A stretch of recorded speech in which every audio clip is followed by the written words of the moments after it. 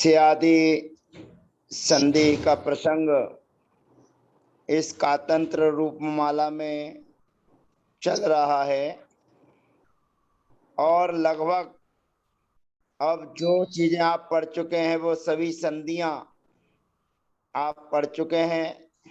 एक संधि और आपके बीच में आ रही है, उसको छोड़कर पंच संधियों का प्रसंग आपका पूर्ण हो जाएगा। अब पंच संधियों का प्रसंग जब पूर्ण हो जाएगा तब हम आगे पढ़ाएंगे और बीच बीच में प्रैक्टिकल करते जाएंगे और बीच बीच में प्रैक्टिकल में आपको परिपक्व हो जाएंगे कि हमें कौन सी चीज करना है और उसको कैसे करना है। तो अब हमारे बीच में जो संधियां हमने पढ़ ली हैं उनके बाद की चर्चा चल रही है। एक बार रिवीजन कर रहे हैं इस प्रसंग का। जो स्यादि संधि का चैप्टर चल रहा है, अध्याय चल रहा है, उसका एक बार रिवीजन करके हम आगे की चर्चा करेंगे और उसके बाद फिर हम जो भी सूत्र पढ़ेंगे या जो भी हम जानकारी लेंगे उसकी चर्चा करते हुए हम प्रैक्टिकल करते चले जाएंगे। आज हम देख रहे हैं, अध्ययन कर रहे हैं, सूत्र हमारे बीच में आएगा नामी परोतम। ये सूत्र हमारे बीच में आ रहा है, लेकिन पहले की भूमिका आपके बीच में बना रहे हैं कि हमने जो सूत्र पढ़े हैं उनको रिवीजन कर रहे हैं। हम 104 नंबर के सूत्र से रिवीजन कर रहे हैं और 104 नंबर का सूत्र है उ मकार्योर मध्य। विशेष ध्यान रखिएगा, ये सूत्र कहता है दो आकारों के बीच में रहने वाला जो विसर्ग होता है उस विसर्ग को उ आदेश हो जाता है।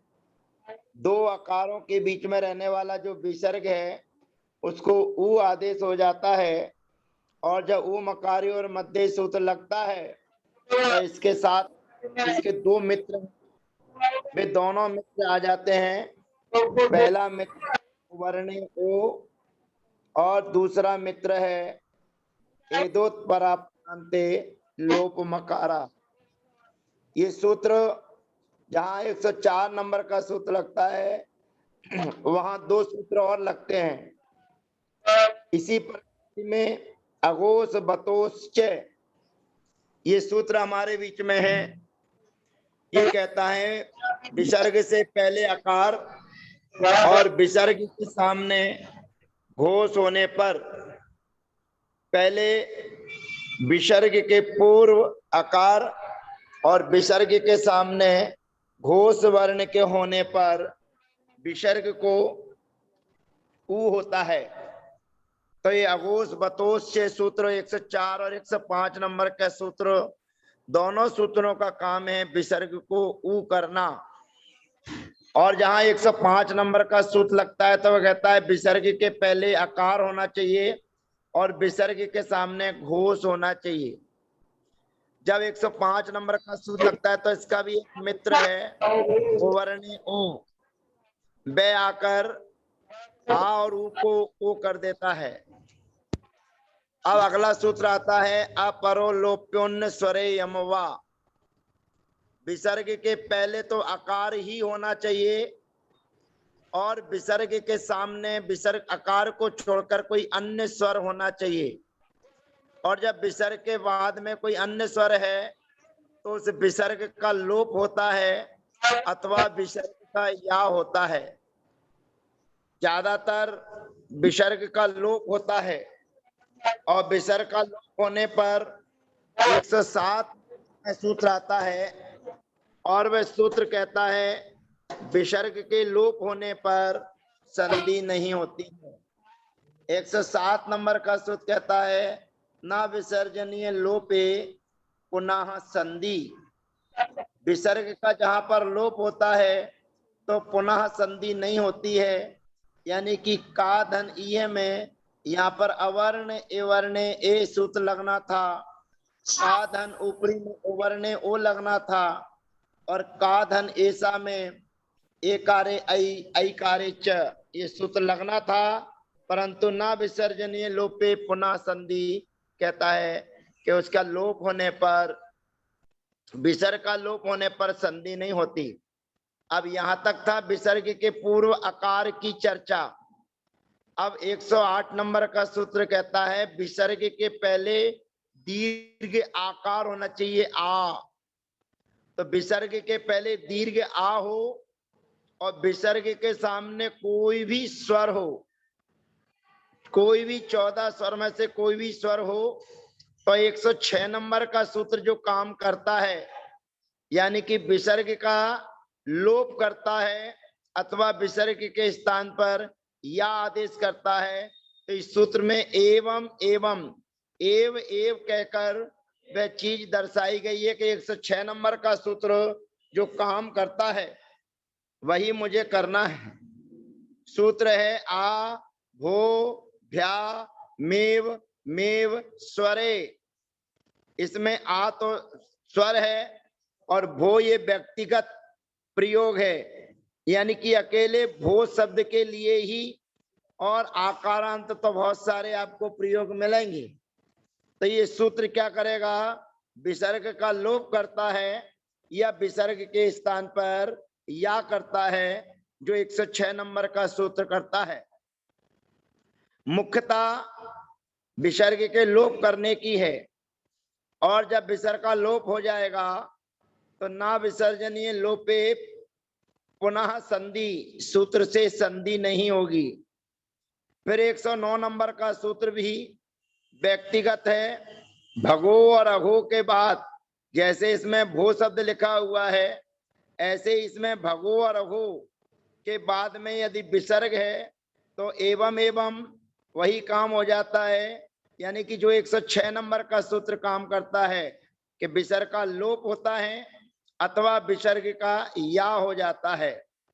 अब इतना काम होने के बाद में ये दोनों सूत्रों ने जो कुछ कहा है, 108 नंबर सूत्र ने कहा आ होना चाहिए विसर्ग के पहले, विसर्ग के पहले भो होना चाहिए।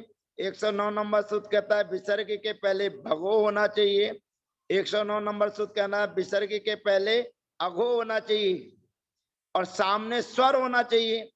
लेकिन 110 नंबर का सूत्र कहता है घोषवती लोपम, कहते विसर्ग के पहले ऊपर की चारों चीजें होना चाहिए। चारों चीजों का मतलब विसर्ग के पहले आ हो, विसर्ग के पहले भो हो, विसर्ग के पहले भगो हो और विसर्ग के पहले अगो हो। ये चारों की चारों चीजें हों, परंतु विसर्ग के सामने यदि घोष वर्ण है तो उधर दो काम होते हैं, या तो विसर्ग का लोप होता है या विसर्ग का या होता है। परंतु घोषवती लोपम कहता है यहाँ केवल एक ही काम होगा, विसर्ग का लोप। यहाँ केवल एक ही काम होगा, विसर्ग का लोप। कब?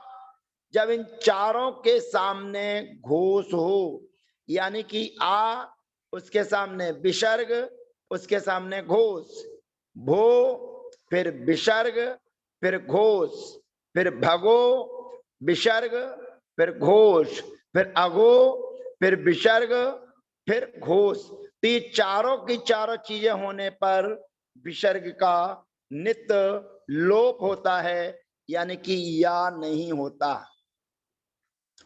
अब ये आपने कैसे जाना कि केवल विसर्ग का लोप ही होता है या नहीं होता है? कहते लोप का प्रसंग चल रहा है और या का प्रसंग चल रहा है। 106 नंबर के सूत्र में कहता अपरो लोप्योन्य स्वरे यम वा, आ से परे विसर्ग है तो विसर्ग का लोप होता है अथवा या होता है। 108 नंबर के सूत्र ने कहा आ भो भ्या मेव मेव स्वरे, माने जो 106 नंबर का सूत्र कहता है वही 108 नंबर का सूत्र कहता है, और 109 नंबर का सूत्र भी वही कहता है कि अगो भगो अगो भ्याम वा। अब ऊपर के सूत्र की इनको अनुवृत्ति ही लेना होती तो यहाँ पर केवल घोषवती कहते, लोपम नहीं कहते। जब ऊपर के सूत्र से अनिवृत्ति आ रही है तो ऊपर के सूत्र से अनिवृत्ति दो चीजों की आ रही है, या तो विसर्ग का लोप होगा या विसर्ग का या होगा। अगर यहाँ पर घोष के होने पर इनको दोनों चीजें मंजूर होती तो सूत्र में लोपम न कह के केवल घोषवती कहते, और घोषवती कहते तो फिर 106 नंबर सूत्र जो कह रहा है उसी का अनुसरण हो जाता कि इन चारों के बाद में घोष हो तो विसर्ग का लोप होता है अथवा या होता है। लेकिन सूत्र में अलग से लोपम शब्द जो जोड़ दिया है, उस लोपम शब्द जुड़े होने के कारण केवल एक ही काम होगा, विसर्ग का लोप। अब ये सूत्रों का क्रम देखेंगे तो आप भो भ्याम मेव मेव स्वरे का सूत्र नंबर है पहले अध्याय का जो 71 नंबर का सूत्र है, और इसी सूत्र की टीका में भगो अगो भ्याम बा लिखा हुआ है। और ये घोषवती लोपम जो पढ़ रहे हैं, इस सूत्र का नंबर है पहले अध्याय का 72 नंबर का सूत्र।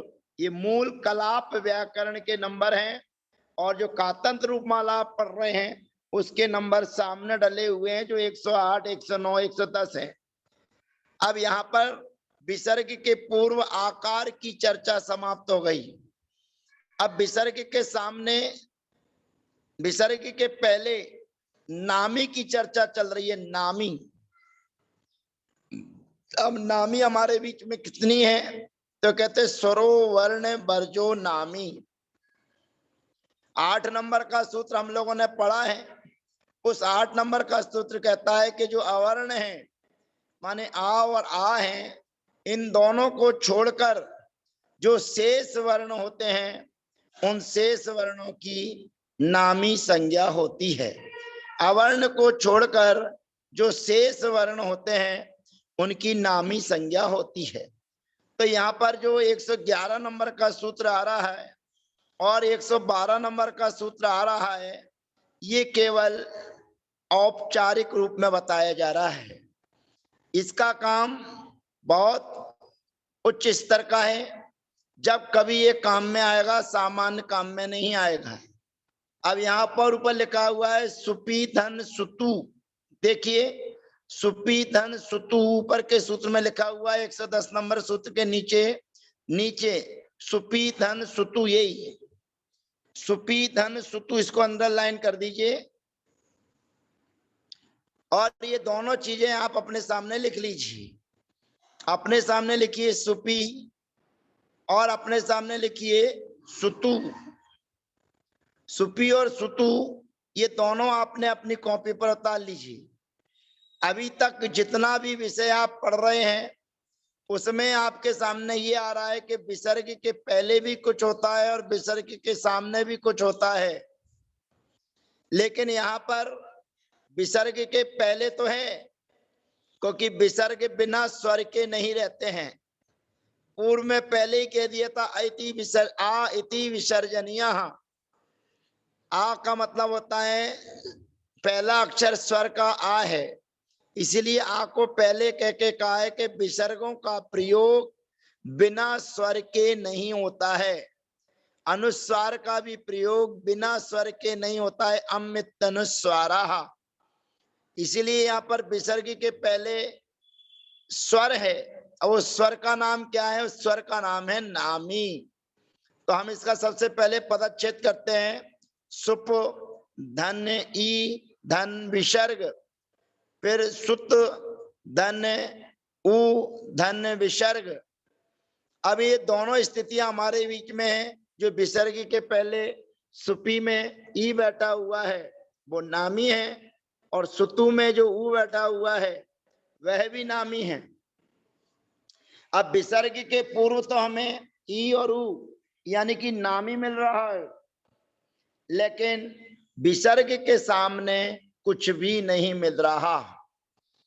अब विसर्ग के पहले नामी हो और विसर्ग के सामने कुछ ना हो, तो जो सूत्र 111 नंबर का लग रहा है वो केवल यहीं तक सीमित है। प्राय करके क्या होता है कि जब पढ़ने वाले विद्यार्थी कभी पढ़ लेते हैं और उनसे पूछा जाता है तो वो इस सूत्र को बताते रहते, नामी परोरम रामी परोरम। पर राम नामी परो रम जो 111 नंबर का सूत्र आ रहा है वो यहीं तक सीमित है। और विशेष साहित्य व्याकरण जब आप पढ़ेंगे उन सूत्रों में बहुत कम प्रयोग जब आपको मिलेगा, यानी कि प्रयोग जब यहाँ पर हो और उस प्रयोग को यदि आपने बता दिया तो आप विशेष व्याकरण के जानकार कहलाए। फिर भी मैं आपको बताता हूं, नामी परो रम, ये सूत्र कहता है नामी से परे विसर्ग। अभी देख लीजिए यहाँ पर नामी क्या है, ई है, और नामी क्या है, ऊ है। तो उस नामी से परे विसर्ग, और विसर्ग के सामने क्या हो, कहते हैं बस यही गाड़ी खतरनाक है, उसके सामने अगर कुछ भी है तो ये नामी परो रम नहीं लगेगा। अभी यहाँ पर विसर्ग के सामने कोई नहीं बैठा है, केवल फुल स्टॉप है। फुल स्टॉप का मतलब है समापन, उसको बोलते हैं विराम, उसको वर्णा नाम अभावा विरामा। तो यहाँ पर नामी परो रम कह रहा है, नामिना परो विसर्जनियो रम आपद्यते निरपेक्षा। निरपेक्षा का मतलब है कि कोई अपेक्षा नहीं, उसके सामने कुछ भी नहीं होना चाहिए। जब ये सूत्र लगता है और ऐसी स्थितियों को चलाने के लिए, ऐसी स्थितियों को बनाने के लिए आपकी बुद्धि खुली हुई होना चाहिए।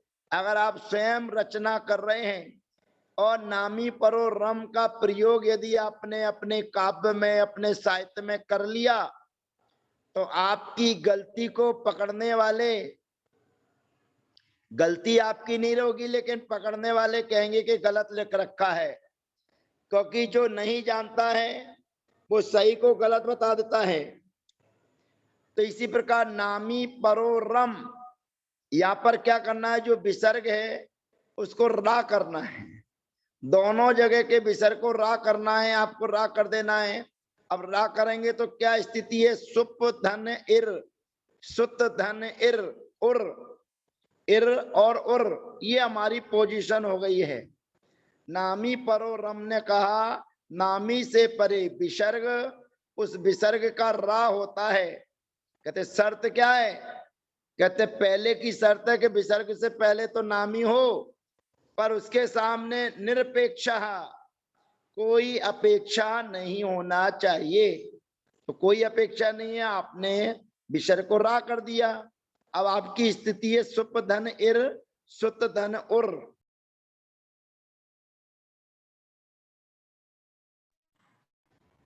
12 नंबर का सूत्र हमारे बीच में आता है, बड़े ध्यान से पढ़ेंगे, इसका उच्चारण बहुत जल्दी में नहीं किया जा सकता। एक दिन पूर्व मैंने आपको बताया था कि संस्कृत साहित्य को आपकी स्पीड जितनी स्लो होगी उतना शुद्ध उच्चारण आप करेंगे, और जो भी फास्ट चलते हैं, तेज चलते हैं, वो कभी भी शुद्ध उच्चारण नहीं कर सकते हैं।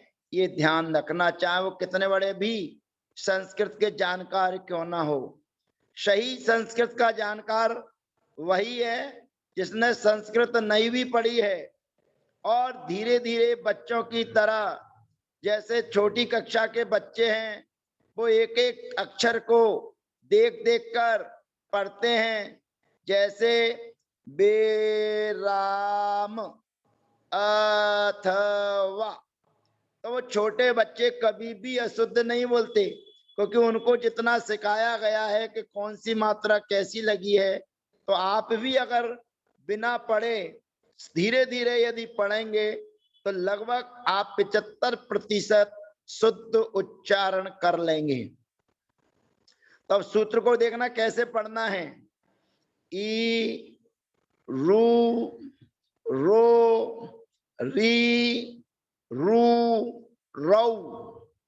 अब ध्यान रखना 6 शब्द हैं इसमें और 6 जगह स्टॉपेज देना है। अब इतने से 6 शब्दों के प्रयोग में आपको 6 जगह रुकना है, तब आप इसका शुद्ध उच्चारण कर सकते हैं। अगर आपने थोड़ा सा भी रपटा लगाया और थोड़ा सा भी इसके उच्चारण में समय कम दिया तो इस सूत्र की झज्जियां उड़ जाएंगी। ई, रू, रो, री, रू, रौ। सूत्र में ही सब कुछ अर्थ छुपा हुआ है। आपने कॉपी में लिखा हुआ है सुप धन इर, सुत धन उर। ये सूत्र कह रहा है कि विराम और व्यंजन के होने पर, ध्यान रखना ये सूत्र जो 112 नंबर का है यह निरर्थक नहीं है। जब आप व्यंजनांत पुल्लिंग शब्दों का प्रयोग करेंगे और जिन शब्दों में इर और उर मिलेगा भ्याम विभक्ति के होने पर, तब ये सूत्र अपना कमाल दिखाएगा। जो इर है उसको ईर करेगा, जो उर है उसको ऊर करेगा। माने अब अपनी हमारी पोजीशन क्या थी, सुप धन इर, तो ये सूत्र कहता है ई ही, जो छोटी ई है उसको ई बड़ी करता है, और जो छोटा ऊ है ऊ, उसको ऊ बड़ा ऊ होता है, ऐसा जानना चाहिए। तो जहां इर है वहां हो जाएगा ईर, और जहां उर है उसको हो जाएगा ऊर। अब हमारी पोजीशन क्या हो गई, सुप धन ईर, सुत धन ऊर। अब आगे एक सूत्र है 130 नंबर का, रेप शोर विसर्जनिया, रेप शोर विसर्जनिया। वह सूत्र कहता है विराम और व्यंजन के होने पर, माने विराम के ही होने पर, जो विसर्ग है, जो रा है और जो सा है, दंत सकार या रा, उसका विसर्ग होता है। अब पुनः विसर्ग हो गया, अब पुनः विसर्ग हो गया तो क्या बना, सुपी, सूतू, ये प्रयोग हो गया। देखिए आप, पहले लिखा हुआ था ह्रस्व था और अब हो गया है दीर्घ, सुपी, सूतू, ये प्रयोग सिद्ध होता है। ये सूत्र दोनों को समझना बहुत सहज नहीं है, कब प्रयोग करना है ये समझना बहुत महत्वपूर्ण है। नहीं तो आप कह देंगे नामी परोरम, आप कह देंगे ई रू रो री रू रौ। माने विराम और व्यंजन के होने पर इर के स्थान पर ईर होता है, उर के स्थान पर ऊर होता है। ये आपका सूत्र काम करेगा। जब आप व्यंजन पुल्लिंग में पढ़ेंगे तब ये सूत्र काम में आएगा। तो यहाँ पर सुपी, इसको अंडरलाइन कर दीजिए, और सुतु, यह प्रयोग सिद्ध हो जाता है। अब अपन काम का सूत्र जो रोज प्रतिदिन हमारे काम में आ रहा है, अब हमारी अगली स्थिति है अग्नि धन गच्छति। इसको लिख लीजिए, अग्नि धन गच्छति, अग्नि धन अत्र। केवल दो प्रयोग हम बता रहे हैं, बाकी के प्रयोग एक से हैं, वो आपको करना है, आपको बनाना है। तो यहाँ सुपी, इसको भी अंडरलाइन कर लीजिए, क्योंकि 111 और 112 नंबर के सूत्र से सुपी बना है ऊपर। यही ये सुपी ही, पूर्व में अपन ने ह्रस्व लिखा था, यहाँ दीर्घ हो गई है, और यहाँ सुतुहु अपन ने ह्रस्व लिखा था, यहाँ पर दीर्घ हो गया है। अब आप देखिए यहाँ पर अग्नि धन गच्छति और अग्नि धन अत्र, ये दो प्रयोग हमने आपके बीच में रखे। बाकी की चर्चा आप खुद कर लेंगे, एक सी शर्त में लेंगे। अब यहाँ पर अग्नि के सामने विसर्ग है और विसर्ग के सामने गच्छति है। यहाँ अग्नि के सामने विसर्ग है और विसर्ग के सामने अत्र है। अब इसका आप थोड़ा सा अपनी कॉपी पर उतार लीजिए और अनतिक्रम्यन कर लीजिए।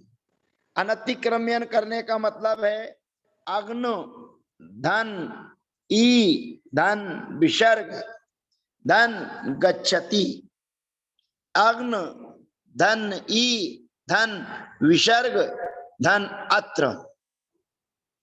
अब यहां पर आप देखेंगे तो आपको विसर्ग के पहले नामी मिलेगी, विसर्ग के पहले आपको नामी मिलेगी। तो विसर्ग के पहले नामी तो है, तो ऊपर भी कह रहा था नामी परोरम, कि नामी से परे जो विसर्ग है उसको रा होता है, तो यहाँ पर नामी मिल रही है।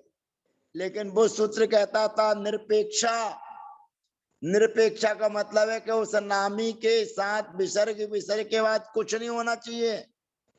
लेकिन यहाँ पर हमको गच्छति में गा, जिसको घोष कहते हैं, वर्ग का तीसरा, चौथा और पांचवा अक्षर घोष कहलाता है। और अग्नि अत्र में यहाँ पर स्वर है, अत्र में आ है, जो स्वर का एक भेद है। तो दो चीज हमको नजर आ रही है, तो अपने को सामने वाला सूत्र अपने आप समझ में आ जाता है कि विसर्ग के पहले नामी और विसर्ग के सामने घोष, विसर्ग के पहले नामी और विसर्ग के बाद में स्वर। तो अब क्या करना है?